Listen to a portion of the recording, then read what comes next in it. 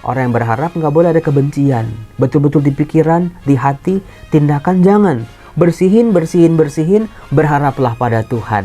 Maka kalau Anda berharap, Romo, saya berharap, Romo, semoga itu musuh saya itu kecelakaan, Romo. Ya nggak bisa begitu cara mainnya.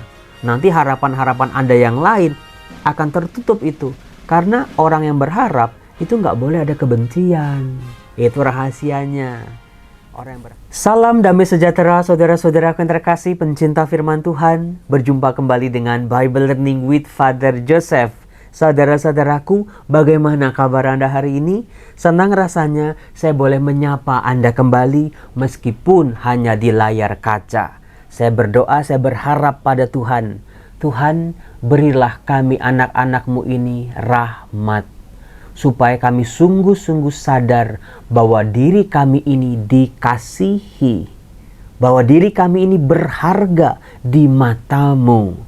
Saudara-saudaraku yang terkasih, sadarlah ketika Anda merasa semua kehidupan Anda gagal. Semua doa-doa Anda kayak berbenturan dengan tembok tebal. Nggak ada jalan keluarnya hidup Anda.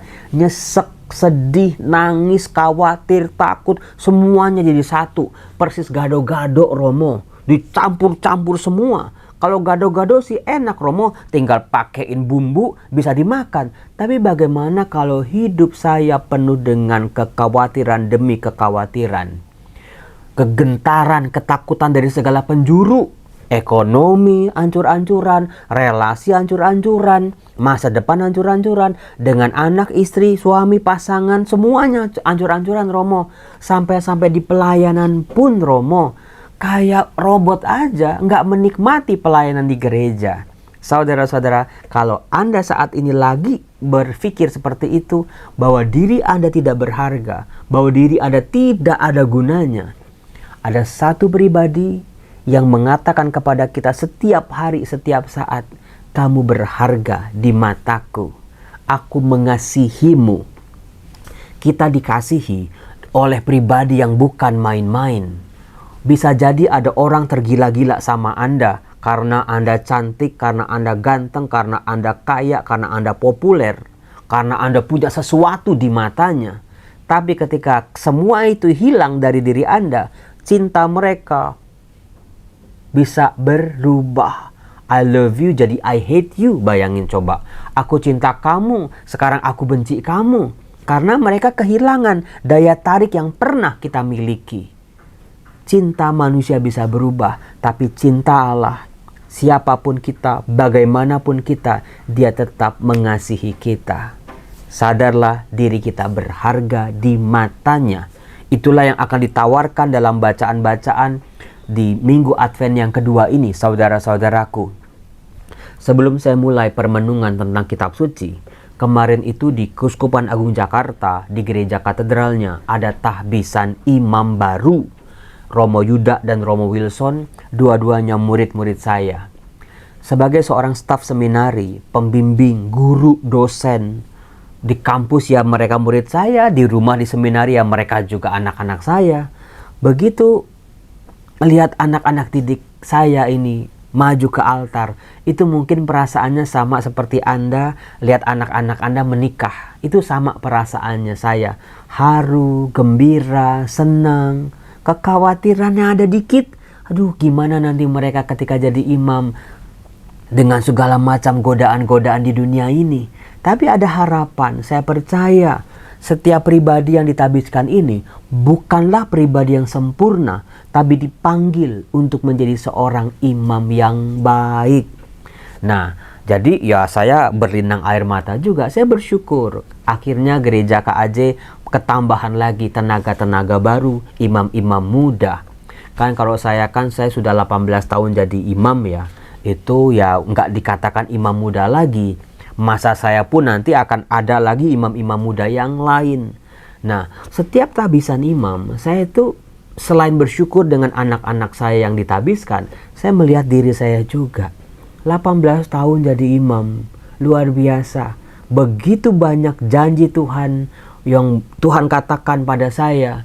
Doa-doa saya, harapan-harapan saya, satu persatu Tuhan sediakan. Satu persatu Tuhan tunjukkan bahwa Dia selalu setia dalam kehidupan saya. Jadi meskipun 18 tahun jadi imam, pokoknya saya mah selalu semangat dalam hidup. Kalau saya lihat murid-murid saya ya, dulu ketika udah jadi imam, kok pada tua-tua ya? Karena firman Tuhan yang saya baca, setiap pagi saya punya kekuatan dalam hidup. Hidup ini mau ngapain nih? Dengan tugas yang seabrek-abrek banyaknya, tapi jalani dengan sukacita. Nah, dalam khotbah tabisan kemarin, Bapak Uskup Ignatius Suharyo menyinggung soal peziarah harapan. Bapak Uskup mengutip khotbah Bapak Paus Fransiskus yang juga dikhotbahkan di Katedral Jakarta. Kita ini adalah peziarah harapan. Siapa sih yang gak berharap dalam hidup? Saya Romo, meskipun kecewa berkali-kali, meskipun kena kayak pepesan kosong Romo, tapi harapan saya tidak pernah boleh mati Romo. Berharaplah saudara-saudaraku. Harapan itu harus disertai dengan iman rasa percaya. Kalau harapan Anda setinggi langit, tapi Anda tidak percaya ada kekuatan Tuhan yang bekerja, semuanya akan sia-sia. Akan kecewa dan kecewa lagi. Maka dari itu, saudara-saudaraku yang terkasih, berharaplah, belajarlah berharap. Berharap itu apa sih Romo? Berharap itu kita mengharapkan sesuatu yang baik untuk diri kita, untuk keluarga kita, orang-orang di sekitar kita, untuk masyarakat, untuk gereja kita, dan untuk dunia, dan juga untuk kemuliaan Allah. Kalau ada satu yang kurang, berarti kurang lengkap. Akan kecewa nanti. Berharaplah sesuatu yang baik untuk diriku, keluargaku, orang-orang terkasihku, masyarakatku, gerejaku, dan duniaku. Yang terakhir, semua harapan ini harus berujung pada kemuliaan Allah. Maka kalau Anda berharap Romo, saya berharap Romo, semoga itu musuh saya itu kecelakaan Romo. Ya nggak bisa begitu cara mainnya. Nanti harapan-harapan Anda yang lain akan tertutup itu. Karena orang yang berharap itu nggak boleh ada kebencian. Itu rahasianya. Orang yang berharap nggak boleh ada kebencian. Betul-betul di pikiran, di hati, tindakan jangan. Bersihin, berharaplah pada Tuhan. Nah, di tengah umat ya, ternyata udah dari zaman dulu sebetulnya. Kalau ada imam baru ditabisin, Anda datengin, minta doa sama mereka. Biasanya orang-orang itu minta didoain itu supaya minta keturunan. Dan itu banyak sekali yang berhasil. Jadi kalau Anda nanti ketemu imam baru, datengin, selain ucapin selamat, minta doa. Anda minta doa apa? Minta mereka untuk mendoakan Anda. Gitu ya. Nah, saudara-saudaraku yang terkasih, di minggu Advent yang kedua, ternyata dibacakan kembali nubuat Nabi Yesaya. Bagaimana di minggu Advent yang kedua ditampilkan Allah sebagai gembala. Sesuatu yang mengejutkan. Romo, bukankah gambaran Allah sebagai gembala itu sudah dilambungkan oleh Daud gitu ya, misalnya di Mazmur bab 23. Tuhanlah gembalaku, takkan kekurangan aku. Daud itu kan sekitar tahun 1100 sebelum Masehi. Tapi kenapa Romo Yosef mengatakan gambaran Allah yang dihadirkan oleh nubuat Nabi Yesaya sebagai gembala? Sesuatu yang mengejutkan. Karena konteksnya berbeda, saudara-saudara. Di zaman Daud, itu kan kerajaan Israel lagi di puncak kejayaan. Mereka lagi memiliki semua-mua. Kesejahteraan, kekayaan, posisi yang bagus, kemakmuran. Maka gampang untuk berkata, Tuhanlah gembalaku. Tapi nubuat Nabi Yesaya ini konteksnya adalah pembuangan Babel. Ketika semua yang sudah dibangun oleh Daud hilang satu per satu. Termasuk juga harapan mereka. Mereka kayak dibutakan karena mereka menganggap Allah itu sudah mati. Allah itu sudah dikalahkan oleh dewa-dewa orang Babel. Nah, di tengah-tengah kehilangan harapan, kehilangan rumah, kehilangan bait Allah, kehilangan tanah kelahiran mereka, kehilangan keluarga mereka, pekerjaan sawah ladang mereka, habis kehilangan jati diri mereka, identitas mereka hilang semua. Nah, secara mengejutkan Allah memperkenalkan kembali siapa dirinya buat orang Israel. Dikatakan dalam nubuat Yesaya bab 40 itu di ayat 11. Seperti seorang gembala, Allah mengembalakan ternaknya dan menghimpunkannya dengan tangannya. Anak-anak domba di pangkunya. induk-induk domba dituntunnya dengan hati-hati. Sebuah simbolisme yang luar biasa kalau saya bilang ya. Jadi Allah di pembuangan Babel tidak menghadirkan diri sebagai hakim yang mengadili, yang siap menghukum. Karena penghukuman telah terjadi. Tapi luar biasanya, setelah penghukuman terjadi, orang-orang Israel dibuang ke Babel, mereka betul-betul menjalani penghukuman itu. Kalau masih ada iman, kalau masih ada harapan, kalau ada kesetiaan, Tuhan akan kembali hadir bagi mereka sebagai gembala. Yang dialami oleh orang-orang Israel adalah mereka itu nggak punya pemimpin, mereka nggak punya pelindung, mereka nggak punya pembela. Sama seperti kita yang seringkali jadi korban kehidupan ini. Korban dari para penguasa, korban dari orang-orang yang punya duit, korban orang-orang yang punya popularitas. Ya, kita tersingkir, habis. Seperti itulah orang Israel. Karena Musa itu sudah meninggal sudah lama sekali, udah wafat. Yosua juga begitu, udah wafat.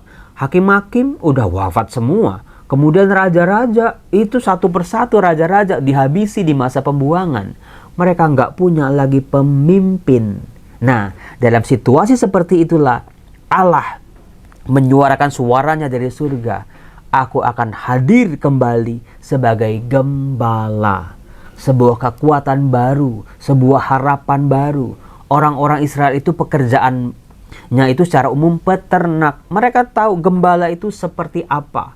Pribadi yang melindungi, pribadi yang bertanggung jawab, pribadi yang mengorbankan nyawanya ketika kambing, domba, ternaknya itu diserang oleh binatang buas.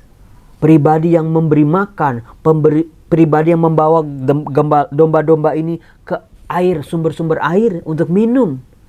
Pribadi yang pagi-pagi buta bawa, keluarin domba-dombanya satu persatu, masukin lagi ke kandang nanti kalau sudah malam. Pribadi yang mengenal suara domba-dombanya. Pribadi yang mengenal satu persatu domba-domba ini. Itulah gembala yang baik. Maka tadi dikatakan seperti seorang gembala. Allah menggembalakan ternaknya. Bangsa Israel, kita umat manusia adalah domba gembalaan Tuhan. Jadi segala kekhawatiran, segala ketakutan, kita harus percaya dulu. Pribadi yang memimpin kita adalah Tuhan dengan segala daya kekuatannya. Tuhan akan menghimpunkannya dengan tangannya. Yang tercerai-berai dikumpulkan kembali. Rezeki-rezeki yang amburadul ditata kembali oleh Tuhan. Anak-anak domba di pangkunya. Mereka yang lemah, mereka yang mudah tersesat, mereka yang mudah hilang, mereka yang gak bisa berjalan jauh, duduk di pangkuan sang gembala. Induk-induk domba dituntunnya dengan hati-hati. Induk-induk domba itu artinya domba-domba yang sudah sepuh. Bukannya masih muda diperes-peres, ketika udah tua dibuang-buang. Seperti itu masyarakat kita. Tapi induk-induk domba dituntunnya dengan hati-hati. Jangan sampai mungkin jatuh, kepleset atau hilang. Itulah gambaran Allah yang membuat saya itu pagi ini nih, aduh Tuhan, bagus banget Tuhan, terima kasih. Saya ini dombamu. Kau bimbing, kau rawat, kau hantar aku ke air yang tenang. Kau sediakan makanan bagiku, engkaulah gembalaku. Apa bahasa Ibraninya coba? Hai Romo, udah dulu sekali tuh Romo pernah bilang. Adonai Roi, Roi, Tuhanlah gembalaku. Adonai Roi, Adonai Roi, Adonai Roi. Makin pinter kan? Bahasa Ibraninya top. Nah, maka tidak heran saudara-saudara, pemazmur dari Mazmur bab 96 itu bersorak-sorai. Persis seperti mungkin Anda menjelang Natal ini banyak terlibat latihan-latihan, putra altar, latihan kur, latihan tatip, semua liturgi. Nah, pemazmur bernyanyi, biarlah langit bersuka cita dan bumi bersorak-sorai. Itulah saudara-saudara, karena apa? Ada suara dari mulut Nabi Yesaya ini. Akulah gembala yang baik. Aku akan memulihkan kehidupanmu. Percayalah pada kepemimpinan Tuhan. Karena seringkali kita ini ya punya gembala, tahu gembala kita itu Tuhan, tapi kita lebih mau lihat cari jalan kita sendiri. Itulah yang diungkapkan dalam Injil Matius bab 18 ayat 12 sampai 14. Yesus bertanya kepada para muridnya, "Bagaimana pendapatmu jika seseorang mempunyai 100 ekor domba?" Saudara-saudara, 100 itu adalah jumlah yang cukup besar bagi sebuah peternak, seorang peternak pada waktu itu. Ada mikirnya jangan peternakan di New Zealand gitu ya, yang sampai puluhan ribu. Tapi masyarakat Israel adalah masyarakat yang kecil.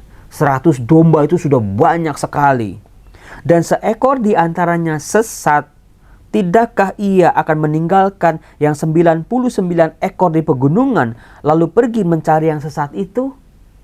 Buat kita, dengan pemikiran modern, pemikiran ekonomi, pasti goleng-goleng. Ya pasti enggak lah. Ya nanti kalau satu dicari, yang 99 hilang lagi bagaimana? Itu cara pikir orang zaman sekarang. Tapi orang 2000 tahun yang lalu, para peternak-peternak ini, apalagi gembala-gembalanya, sangat tahu. Mereka bisa langsung menghitung, mereka langsung sadar yang satu ini kemana. Karena domba-domba ini dikasih nama. Mereka mengenal suara sang gembala. Nah, sudah sebuah keharusan, bahkan kebiasaan, kalau satu hilang aja, cari sampai ketemu. Karena kalau dibiarin, saudara-saudara, besok hilang lagi satu, ya udahlah biarin, besok hilang satu, ya udahlah biarin, sampai-sampai mereka nggak kehilangan semuanya nanti. Maka masalah-masalah kecil jangan ditumpuk-tumpuk. Kalau masih bisa diselesaikan, selesaikan dari sekarang. Seperti orang kehilangan satu, ya udahlah biarinlah, dia mah resek, dia mah memang unik lah, dia mah memang nyebelin, biarin. Itu kecenderungan kita zaman sekarang, rangkul mereka yang hilang, merangkul mereka yang kok udah mulai lama ya nggak kelihatan di gereja, kok udah mulai udah lama banget nggak muncul di doa rosario, di pertemuan Advent. Anda ketua-ketua lingkungan, tetangga-tetangganya cari, ajakin sampai mereka ikut. Yuk ke gereja bareng misalnya. Yuk doa bareng. Yuk rosario bareng yuk. Itu tanggung jawab kita loh saudara-saudara. Karena kalau mereka dibiarin, mereka seperti domba yang hilang. Siapa yang di rumah udah mulai hilang-hilangan? Anak saya itu Romo sibuk sama ngegame aja. Suami saya itu Romo sudah kalau pulang ke rumah udah malam aja.